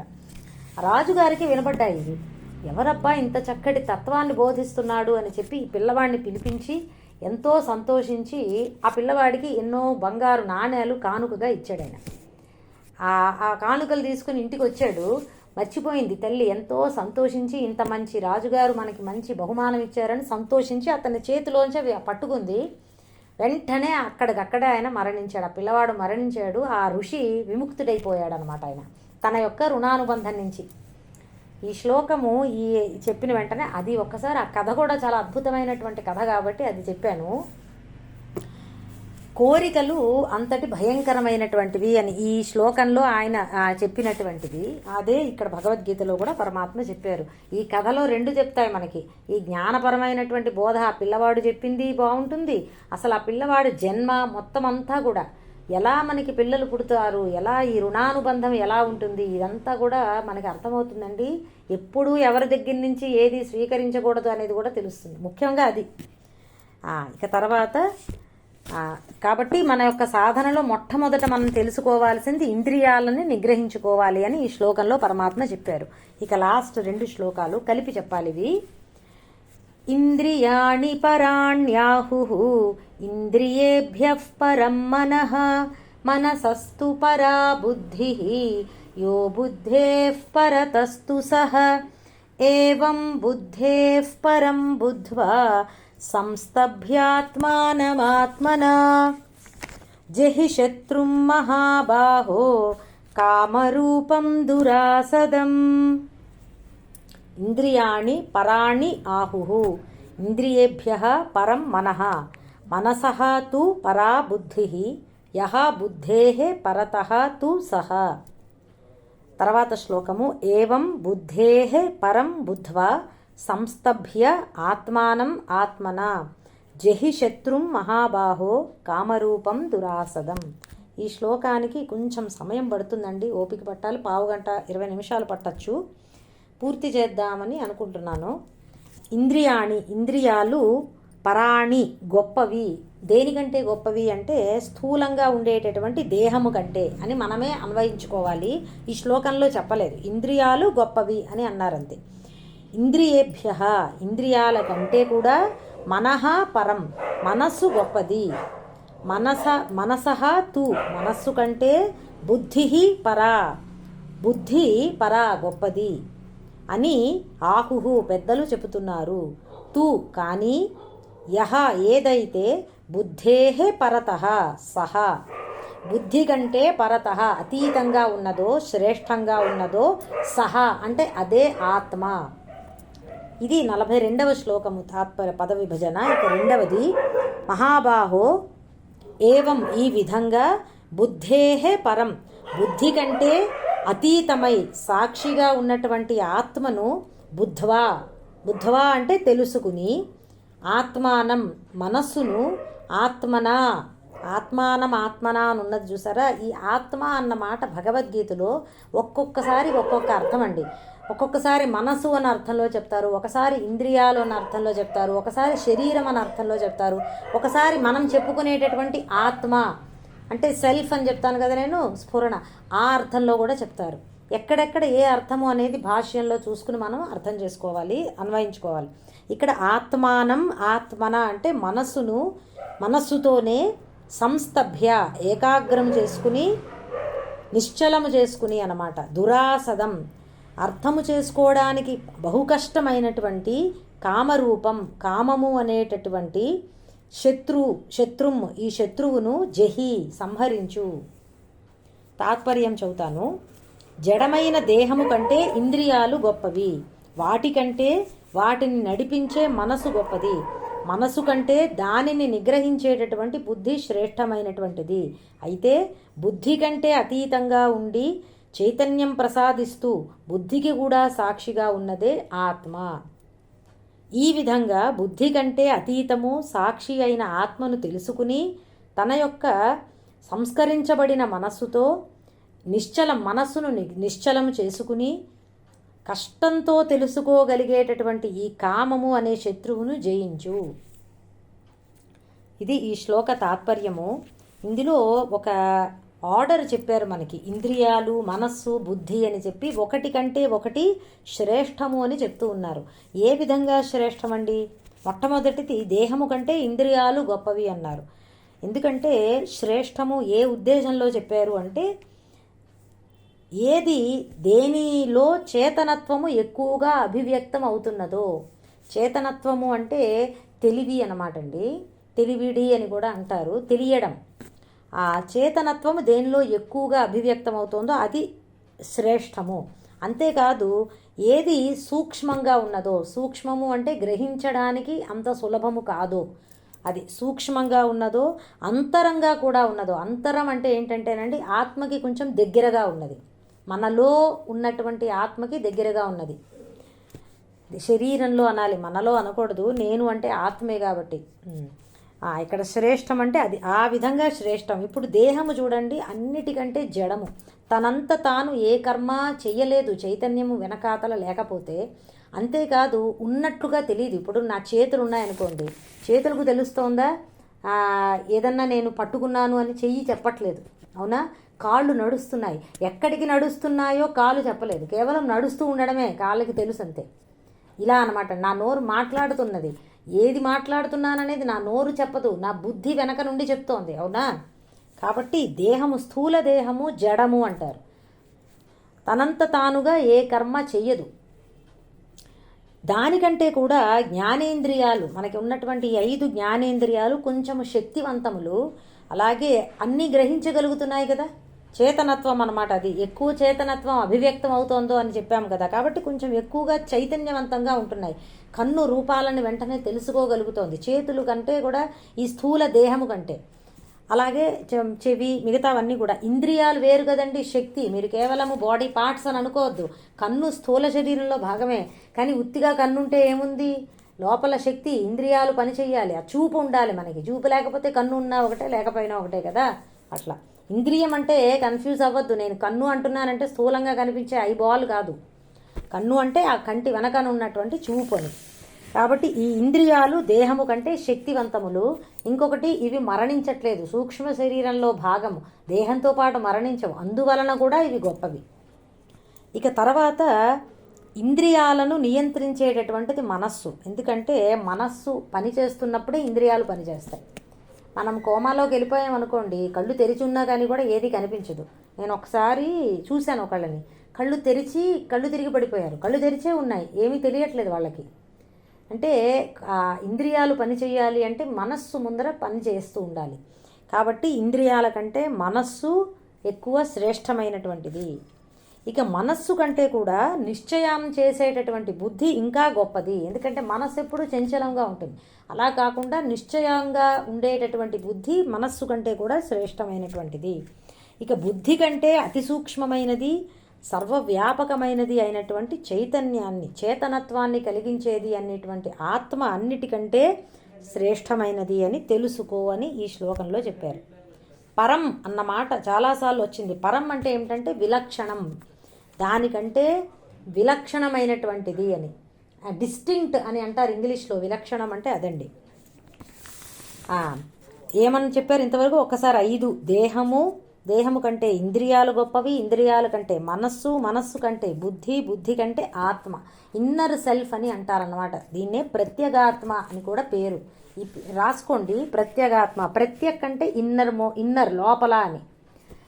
మనకి ఒక శరీరం చూసుకుంటే ఈ శరీరంలో ఎలా తెలియబడుతుంది ఆత్మ అనేది ఇలా ఒకటి తర్వాత ఒకటికి మించి ఒకటి సూక్ష్మం, ఎక్కువ సూక్ష్మం.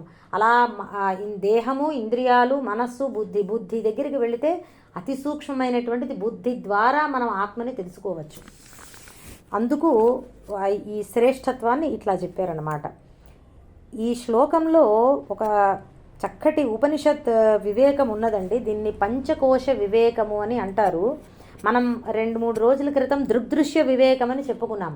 అలాంటిదే ఇది ఇంకొకటి అన్నమాట అండి.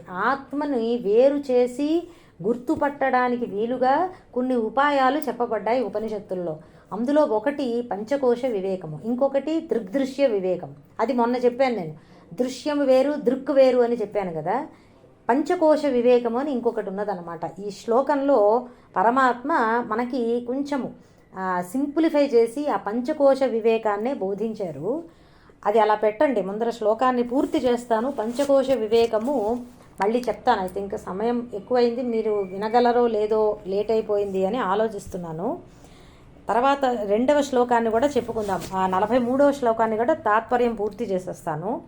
ఏవం బుద్ధేహ పరం బుద్ధ్వా, ఈ విధంగా బుద్ధి కంటే అతీతమైనటువంటి ఈ ఆత్మను, విలక్షణమైనటువంటి ఆత్మను తెలుసుకుని అది నేనే అనేటటువంటి నిశ్చయ జ్ఞానం కలిగి, అప్పుడు తెలుసుకోవడం అంటే ఏంటండి? అదే నేను అని అర్థం చేసుకోవడం అన్నమాట. ఇది దృగ్దృశ్య వివేకంలో నేను చెప్పాను మీకు. ఫైనల్గా మన మనస్సుని కూడా తెలుసుకుంటున్నది ఆత్మ. మనస్సు దృశ్యమైతే మనస్సుని, నా మనస్సు నా సరిగా ఉన్నది, సుఖంగా ఉన్నది, సంతోషంగా ఉన్నది, ఇట్లా మనస్సులో కలిగేటటువంటి ఆలోచనలు కూడా తెలుస్తున్నాయి. ఎవరికి తెలుస్తున్నాయి అన్న ప్రశ్న వేసుకుంటే నాకు, నేను అనేటటువంటి ఫైనల్ ఆన్సర్ దగ్గర ఆగిపోయాం మనం దృగ్దృశ్య వివేకంలో. అది ఆత్మ. ఆ విధంగా మనం ఆత్మను తెలుసుకుని బుద్ధి కంటే, ఇక్కడ మనస్సు కంటే ఇంకొక స్టెప్ ముందరకు వెళ్ళి బుద్ధి అన్నారు. ఆ బుద్ధి కంటే విలక్షణంగా ఇంకా ఆత్మ ఉన్నది అని మనం తెలుసుకోవాలి. నా బుద్ధి నిశ్చయించుకున్నది అన్నది కూడా నాకు తెలుస్తోంది కదా. కాబట్టి అది కూడా దృశ్యమే, బుద్ధి కూడా దృశ్యమైపోతుంది. దానికంటే విలక్షణంగా దృగ్రూపంగా ఉన్నటువంటి ఆత్మ మిగులుతుందన్నమాట. ఈ విధంగా బుద్ధి కంటే విలక్షణమైనటువంటి ఆత్మను, బుద్ధేహ పరం అంటే అది, బుద్ధ్వా తెలుసుకుని, అంటే అది నేనే అని నిశ్చయ జ్ఞానము కలిగి, అప్పుడు ఏం చేయాలి? సంస్తభ్య ఆత్మానం ఆత్మన. అటువంటి వివేక జ్ఞానంతో మనస్సుని నిశ్చలం చేసుకోవాలి. ఎప్పుడైతే నేను ఆత్మస్వరూపము అనేటటువంటి జ్ఞానం మనకి స్థిరంగా కలుగుతుందో అప్పుడు మనస్సు నిశ్చలమవుతుందండి.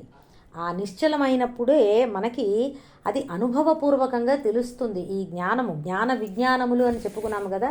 నేను ఆత్మ అని కేవలం మాటగా కాకుండా ఆత్మ అనేటటువంటిది మనకి సాక్షాత్కరిస్తుంది, మనం అనుభవంలోకి తెచ్చుకోగలుగుతాం. అప్పుడు అలాంటి జ్ఞానము తెచ్చుకుని, అప్పుడు జహి శత్రుం మహాబాహో కామరూపం దురాసదం అన్నారు. అప్పుడు ఈ కామము, అటువంటి ఆత్మజ్ఞానాన్ని సంపాదించి అప్పుడు ఈ కామము అనేటటువంటి కోరికని నువ్వు జయించు, కామము అనేటటువంటి శత్రువుని నువ్వు జయించు అన్నారు. అంటే మనం అవిద్య, కామ, కర్మ అని ప్రారంభంలో నేను మీకు చెప్పాను 3 ఆర్డర్. కామాన్ని గెలవాలి అంటే అవిద్య తొలగాలండి. అవిద్య అంటే మన స్వరూపాన్ని మనం తెలుసుకోలేనటువంటి స్థితిని అవిద్య, అజ్ఞానము అంటారు. అది తొలగాలి అంటే ఆత్మస్వరూప జ్ఞానము కావాలి, ఆత్మజ్ఞానం ఉండాలి. అదే పరమాత్మ ఇక్కడ చెప్పారు. బుద్ధ్వా అని అన్నారు కదా. ఆత్మని తెలుసుకుని అప్పుడు ఈ కామము అనేటటువంటి శత్రువుని వదిలిపెట్టు అని.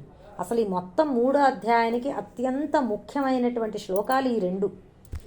ఎంతో ఉపనిషత్ పరమైనటువంటి వివేకాన్ని పరమాత్మ 2 చిన్న శ్లోకాల్లో అందించారు. అది ఏదైనా ఒకటి వదిలిపెట్టాలి అంటే ఇంకొకటి పట్టుకోవాలి కదండి. పై కొమ్మని పట్టుకుంటే కింద కొమ్మని వదిలిపెట్టచ్చు మనం చెట్టు ఎక్కుతున్నప్పుడు. ఒక్క నిమిషము, ఐ థింక్ నెట్ కనెక్షన్ పోయింది. ఒక్క నిమిషం అండి,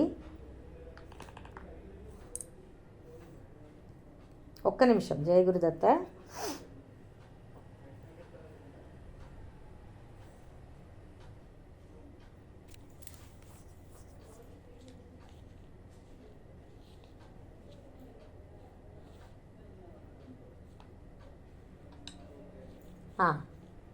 జయ గురుదత్త, నెట్ పోయిందండి. ఇప్పుడు వినబడుతోందా?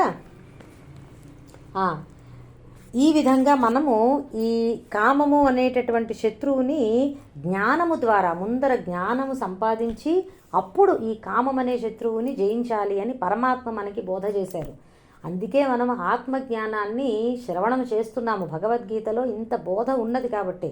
కేవలము మనం ఏదో అర్థాలు పైపైన చెప్పుకుంటే వెళ్ళిపోయామనుకోండి, దానివల్ల మనకు ఉపయోగం లేదు. ఆత్మజ్ఞానం తెలిస్తే తప్ప ఈ కోరికలు నశించవు. కోరికలు నశించకపోతే మనకి ఎప్పటికీ శాంతి సుఖము లేదు జీవితంలో. అందుకోసమని ఇట్లా మనం బోధ చెప్పుకుంటున్నాము. అది ఒక్కసారి మళ్ళీ మనం ఇక్కడ గుర్తు తెచ్చుకోవాలి ఎంతటి అవసరమో. చాలాసార్లు అందరూ ఏమనుకుంటారంటే, ఆత్మజ్ఞానం ఎందుకండి, నాకు ఇప్పుడు ఆత్మ గురించి వేరే నాకు సమస్యలు ఉన్నాయి, అవి తీర్చుకుంటే సరిపోతుంది కదా, నేను ఎలా కోరికలు వదిలించుకోవాలి, లేకపోతే నాకు ఎలా భక్తి ఎక్కువ కలగాలి, ఇవన్నీ పట్టుకుంటే నేను ఎలా మెడిటేషన్ చేయాలి, ఇవన్నీ చెయ్యాలి అంటేనండి ముందర కొంచెమైనా మనకి ఆత్మజ్ఞానం తెలియాలండి. అట్లీస్ట్ జ్ఞానం అన్నా ఉండాలి. విజ్ఞానం పక్కన పెట్టండి. అర్థమైంది కదా? అంటే ఆత్మ అంటే ఏమిటో తెలియాలి. ఈ ఆత్మ నా స్వరూపము అని తెలియాలి. లేకపోతే మనం ఎంత సాధన చేస్తున్నా, కర్మయోగం అవ్వనివ్వండి, భక్తి యోగం అవ్వనివ్వండి, పరిపూర్ణత రాదు. అది పూర్ణత్వంగా మనం చెయ్యలేమండి, అపరిపూర్ణంగానే చేస్తాము. ముందర పరమాత్మ తత్వము, అదే ఆత్మస్వరూపం. అంటే ఆత్మన్న పరమాత్మన్న ఒకటే. కాబట్టి అది తెలియకుండా మనం ఏం చేస్తామండి, భక్తి చేసినా ఏం చేసినా పూర్ణత్వం సిద్ధించదు. కాబట్టి ఆత్మజ్ఞానం అంతటి ముఖ్యమైనటువంటిది. కేవలము శ్రవణమన్నా చేయాలి, కనీసం వినాలన్నమాట. ఇక్కడ మీరు ఒకటి గమనించారో లేదో, ఇంద్రియాలు, మనస్సు, బుద్ధి అని అన్నారు. ఇంద్రియాలు ఎన్నండి? జ్ఞానేంద్రియాలు 5, తర్వాత మనస్సు, బుద్ధి లెక్క పెడితే 7. మొత్తం ఎన్నయ్యాయి? 7. ఈ 7ంటిని దాటితే వీటికంటే అతీతంగా ఉన్నది 8వ స్థానంలో ఉన్నటువంటి ఆత్మ. అందుకే కృష్ణ పరమాత్మ జన్మించింది అష్టమి నాడు. 8వ స్థితి అదే బ్రాహ్మీ స్థితి, అదే ఆత్మ. అటువంటి 8వ రోజున పరమాత్మ పుట్టడంలో ఉన్నటువంటి అర్థం అదనమాట. అష్టమి మోక్షానికి, ఆత్మ తత్వానికి ప్రతీకగా ఆయన అష్టమి నాడు జన్మించారు కృష్ణ పరమాత్మ. 7ంటిని దాటాలి, అవే బంధం అన్నమాట. ఎంత చక్కగా ఉన్నదో చూడండి. ఎన్నో మనం ఇట్లా అన్వయించుకోవచ్చు, చాలా ఉన్నాయి. ఇంకొకటి చెప్తాను. మనకి పురాణాలలో ఒక కథ ఉన్నది. శివుడు తన 3వ కన్ను తెరిచి మన్మధుణ్ణి భస్మము చేశాడు అని చెప్పి. మన్మధుడు అంటే ఎవరో కాదండి, కామము. కామమే మన్మథుడు. అది అందుకే శివుడి పేరు కామారి అని అంటారు. కామానికి శత్రువు శివుడు అని చెప్పి. ఈ కామాన్ని జయించాలంటే, కామ దహనము అని జరిగింది కదా, కామాన్ని జయించాలంటే మార్గం ఏమిటి? 3వ కన్ను తెరవడం. 3వ కన్ను అంటే ఏమిటండి? జ్ఞానము. ఆ 3వ కన్ను జ్ఞాననేత్రం అన్నమాట.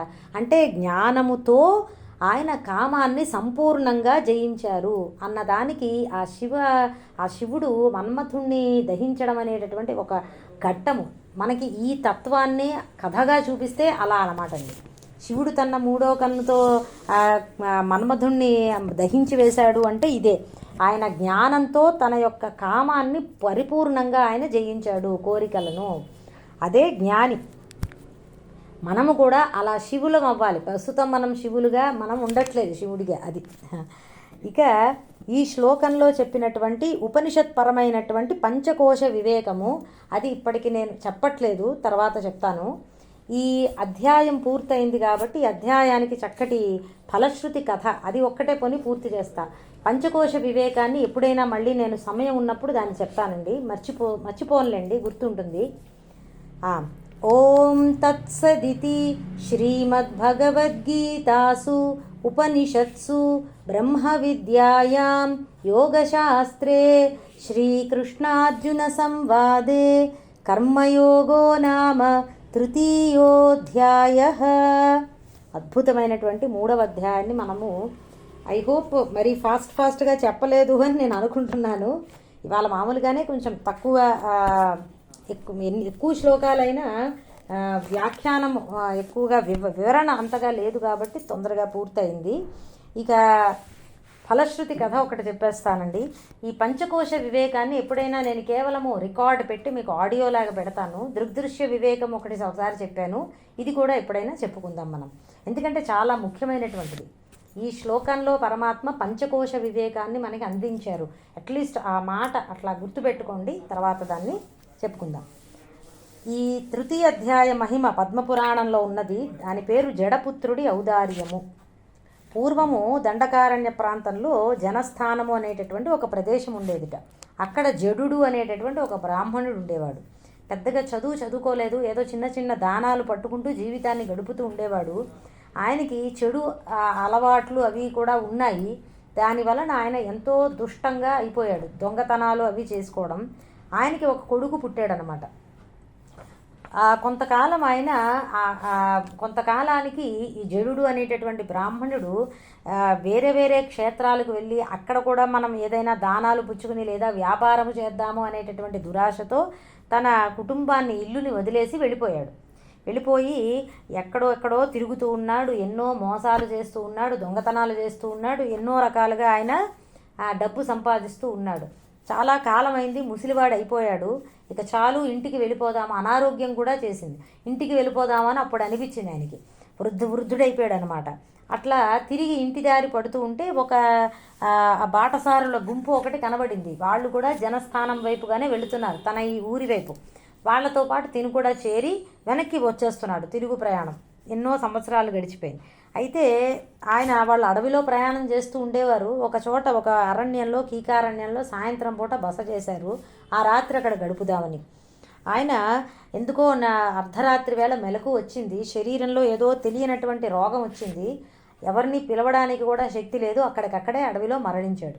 అయితే మొన్నాడు తెల్లవారేక ఈ బాటసారులందరూ చూసి అతని దగ్గర ధనమంతా తీసేసుకుని అక్కడికక్కడే అతన్ని దహన సంస్కారాలు చేసేసి తిరిగి ప్రయాణం వచ్చేసారు ఊరికి.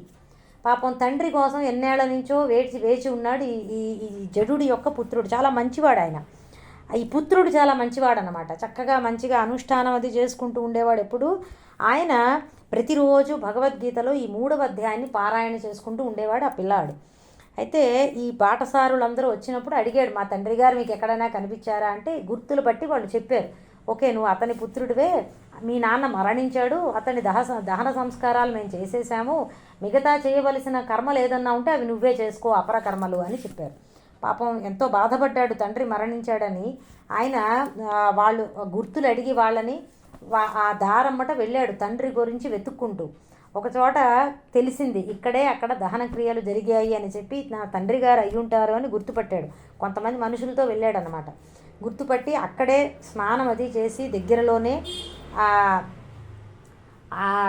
మళ్ళీ కొంత దూరం వెంటనే ఆయన అక్కడికక్కడే కొంచెం శ్రాద్ధకర్మలు అవి చేసి భగవద్గీత తృతీయ అధ్యాయాన్ని అక్కడ చదువుతూ ఉన్నాడు. ఆ తండ్రి గారు ఎక్కడైతే దహనం జరిగిందో అలా ఒక పారాయణ పూర్తి అయ్యేటప్పటికీ పెద్దగా చప్పుడైందిట. తలదిరిప్పి చూసేటప్పటికి ఒక దేవతా విమానం అక్కడ ఆగి ఉంది.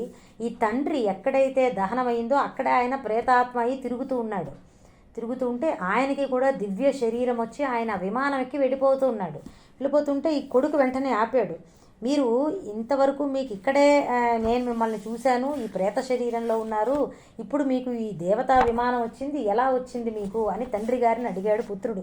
అప్పుడు ఆ తండ్రి అన్నాడు, నాయన నీ వల్లే నా పాపం అంతా పోయింది, నువ్వు 3వ అధ్యాయాన్ని పారాయణ చేస్తుంటే అధ్యాయాన్ని నా పాపాలన్నీ ఇక్కడికిక్కడే భస్మం అయిపోయాయి, నా కోసం దివ్య విమానం వచ్చింది, నేను వెళ్ళిపోతున్నాను ఉత్తమ లోకాలకి అని చెప్పాడు.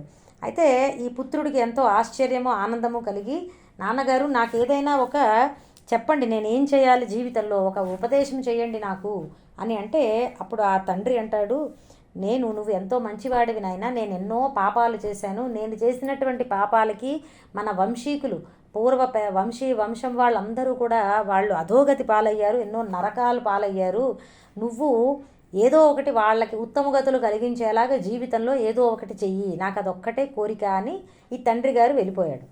వెళ్ళిపోతే అప్పుడు వెంటనే ఈ జడపుత్రుడు అనుకున్నాడు, నేను 3వ అధ్యాయం పారాయణ చేసినందుకు తండ్రి గారికి ఉత్తమ గతులు లభించాయి కాబట్టి ఈ రోజు నుంచి ఏ కోరిక కోరకుండా ప్రతిరోజు కూడా నా తండ్రి నా పూర్వీకులే కాదు నరకంలో ఉన్న ప్రతి జీవికి కూడా మేలు జరగాలి, వాళ్ళ యొక్క విముక్తి కోసం నేను పారాయణ చేస్తూ ఉంటాను, వాళ్ళకి ధార పోస్తాను ఈ ఫలితాన్నంతా అని చెప్పి ఆయన ప్రతినిత్యము శ్రద్ధగా పారాయణ చేస్తూ ఉండేవాడు గుళ్ళోకి వెళ్ళి. కొంతకాలానికి విష్ణుమూర్తి దూతలను పంపించి యమధర్మరాజు గారిని మొత్తం మీరు మీ నరకంలో ఉన్నటువంటి జీవులందరినీ కూడా పట్టుకుని నువ్వు ఒకసారి విష్ణులోకానికి రావాల్సింది అని విష్ణుమూర్తి గారు కబురు పంపారు. చాలా రోజులయ్యింది, చాలా సంవత్సరాలు అయ్యాక. ఏమిటో అర్థం కాక పాపం జీవులందరినీ పట్టుకుని విష్ణుమూర్తి దగ్గరికి వెళ్ళాడు యమధర్మరాజు.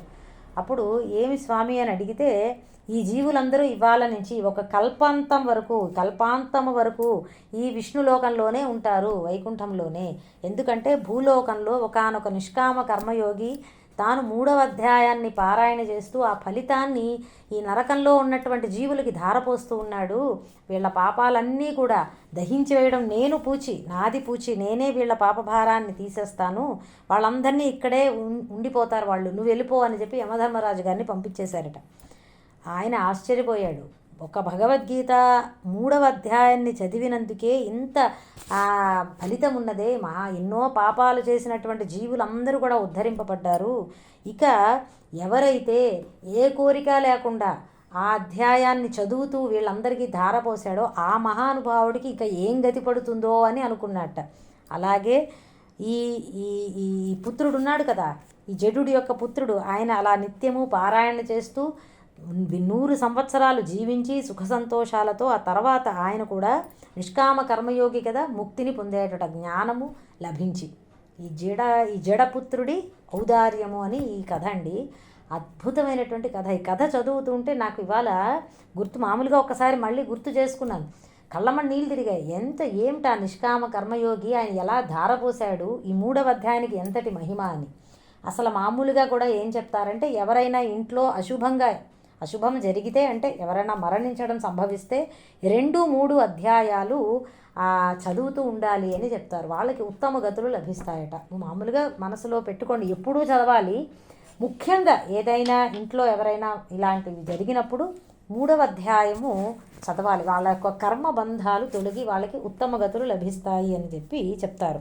3వ అధ్యాయం మహిమ చెప్పుకున్నాం మనము.